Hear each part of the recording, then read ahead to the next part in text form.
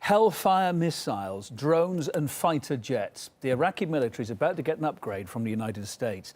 The lethal aid is meant to help Baghdad fight Al-Qaeda-linked groups who are gaining territories both in Iraq and, crucially, in Syria too. Gunnar Khan reports. The Iraqi prime minister asked for help because Al-Qaeda is not just active in Iraq, but it's gaining territory to an extent that they're talking about an Islamic State. The U.S. is now rushing dozens of Hellfire missiles and surveillance drones to the Iraqi government to combat this jihadist insurgency there.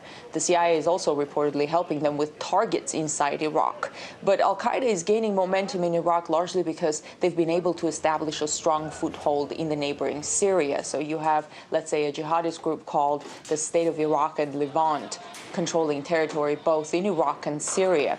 Although the situation in Syria is worse and is critical in that regard, the Syrian government, of course, cannot count on Washington's help in fighting terror. Quite the opposite. These radical groups have taken advantage of the arms that the so-called Friends of Syria were sending to the Syrian opposition, and now Washington is talking about negotiating with the Islamic Front in Syria, which includes groups that demand a hardline Sharia state.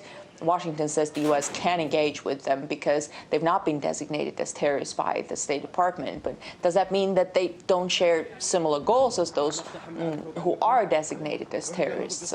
So lots of questions. And overall, it's a tricky situation where extremists in Syria have benefited from U.S. actions, and yet Washington is now up in arms trying to help the Iraqi government essentially fight the same forces.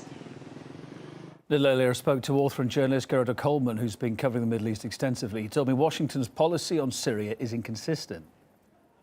In Syria, it's very clear that NATO and the United States have been sponsoring the terrorists from the very, very start. The bulk of the opposition, the so-called opposition in Syria, is composed of Al-Qaeda and Al-Qaeda-linked groups. This is not a secret. It's even been admitted by the US State Department, for example.